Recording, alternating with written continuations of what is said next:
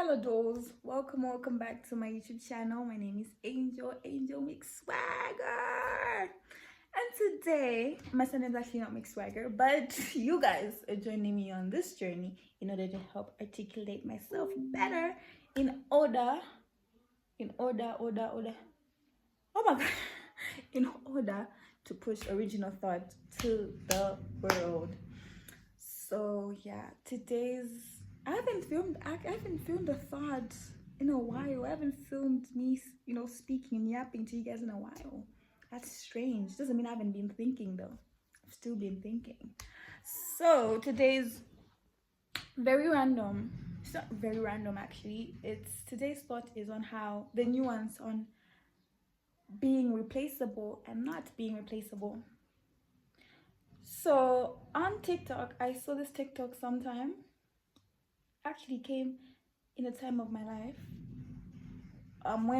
It came in a time of my life that was kind of like dusty, musty, dirty. It was just a hectic time of my life. But I saw this TikTok. This girl was basically talking about how women, we have an obsession with the fear of being replaced. So she went, and I was like, that's true. If we're being real, that's true. She went further on to explain how like we fear, like, okay, for example, some women will be in a situation, for example, I would date a guy even though he's mistreating me. I will still date him because I don't see him with anyone else but me. I'm afraid to be replaced. Okay, not even because I don't it's this weird obsession thing. Or for example, I'll still be with the guy because I want to like one up some girl to prove that I'm better, I'm irreplaceable. This whole, and I've been seeing a lot of irreplaceable TikToks where it's like, you know what, I don't care about, listen, I don't care about love, I just want to be that irreplaceable ex. And I'm like and there's a lot. Just search irreplaceable on TikTok, irreplaceable ex, or irreplaceable woman on TikTok. There's a lot of these videos, okay? And I'm like, okay, she has a point. We do have an obsession with being irreplaceable.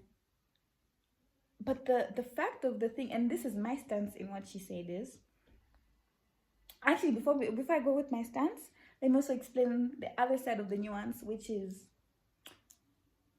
but at the same time, we're also not replaceable beings.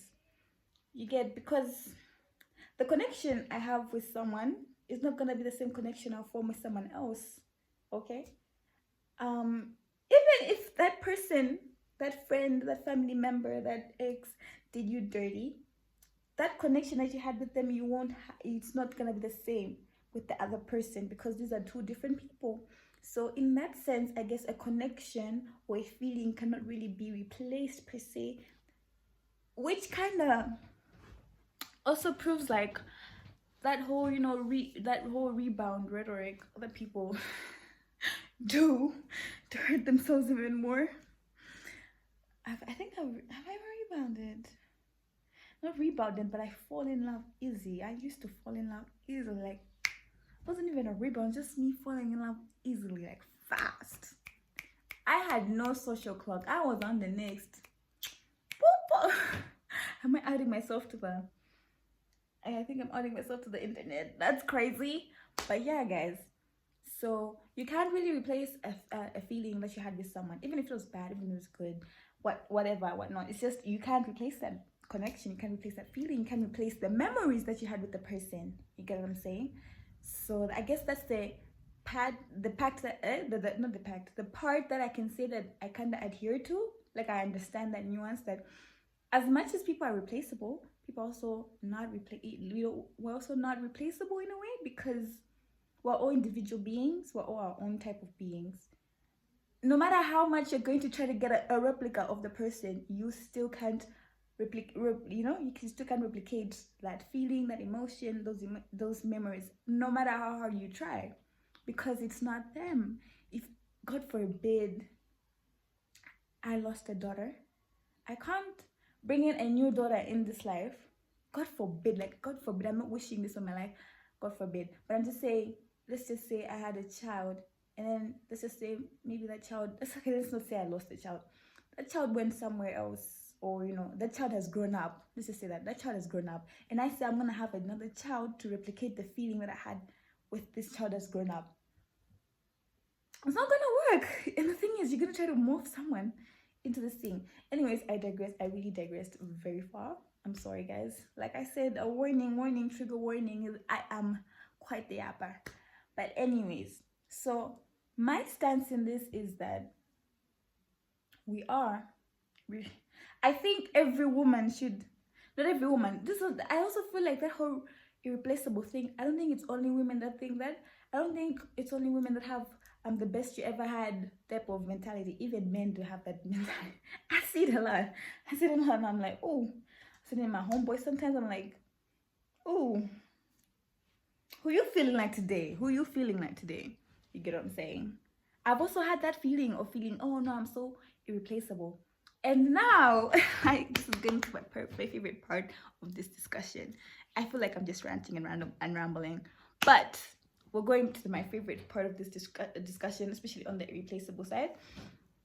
I was just that person that was like, I'm so irreplaceable. Like, you can never find anyone like me. Like, I'm just one of one. You know what I'm saying?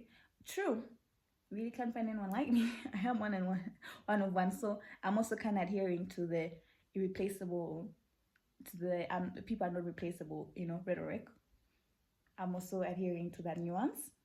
But then this was poisoning my mind, because every time I'd end, maybe end a friendship, end of this and end of the, end a relationship, I go out thinking, I'm irreplaceable. Like, you can never find anyone like me.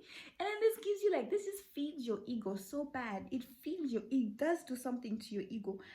And for some reason, it's not also that, it's very limiting and caging, because I kind of have to adhere to that persona that I said that I'm irreplaceable, which means I have to, you have this burden of performing to be irreplaceable.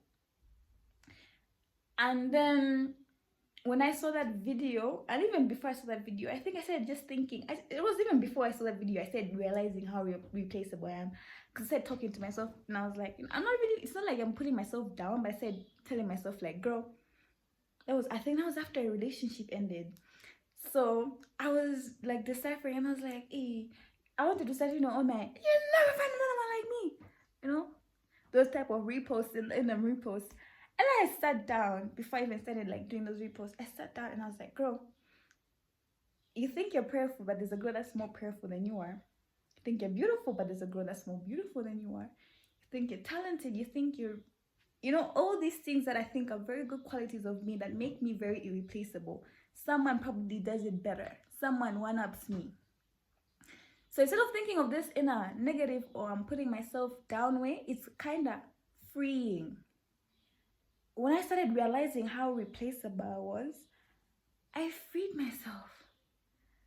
Do you understand? I freed myself so much from the expectations of people and whoever. I was like, you know what?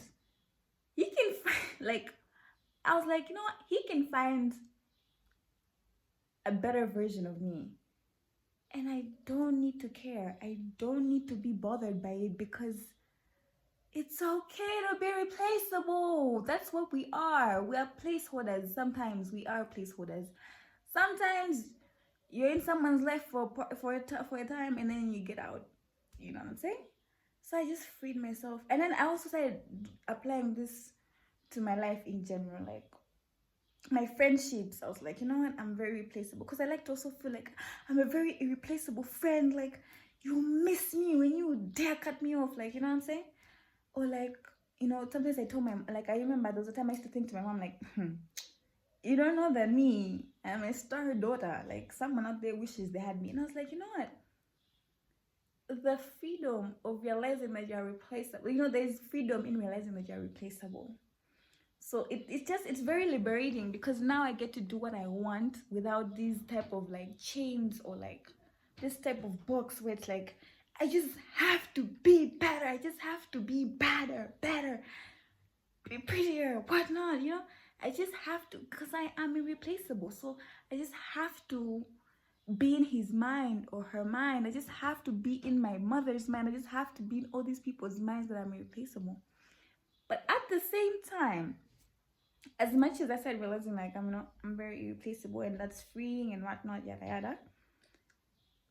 I also like to, as much as I would like to think of myself as replaceable nowadays, I also like to say that it doesn't mean that you have to dim your sparkle. No, no.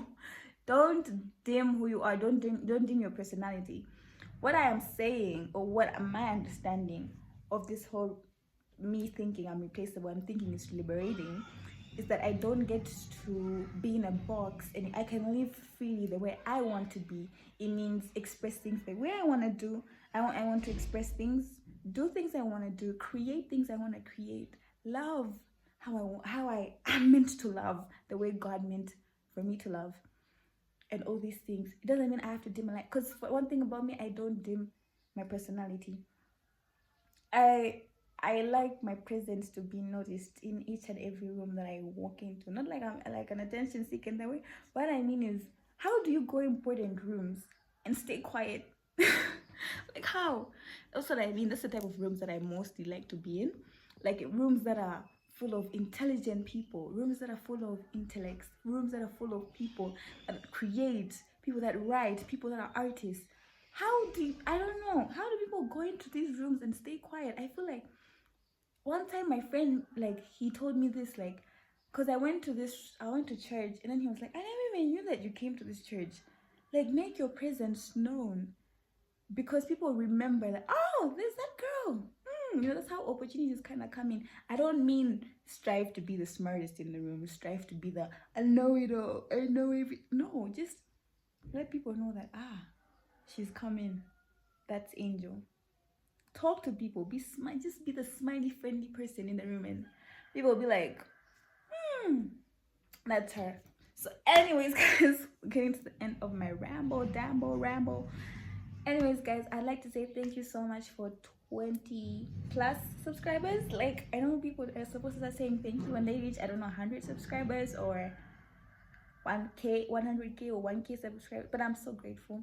I never knew that 20 plus people would ever subscribe to my YouTube channel, and all I do is just ramble, dabble. But yeah, guys, don't fear to be let go of the fear of being replaceable. Don't strive to be this irreplaceable being, like this irreplaceable person. Don't strive to be the replaceable eggs or whatever these Red Bull women are feeding us. Don't strive for that. It's toxic. Also, why do you want to be the best someone had when you could move? And then that's what keeps us not to move. That's what keeps us stagnant. That's what makes us not to move on. I say I did what I did. I was who I was, and that's it. It's on their part where they can say, hey, that one, I will never forget her. But for you, don't move in that mindset. This man will never forget. That shouldn't be your aim. I'm not only saying this in a relationship aspect, but most of the times it comes on TikToks as a relationship aspect, but I also mean this in friendship aspects. Like, free yourself. You are a bird. I don't mean a bird like in that way, but you're a bird. Free yourself. Be free. Create. Love. Explore. Anyways, guys, I'll see you guys in the next video. Today I have a real thought, so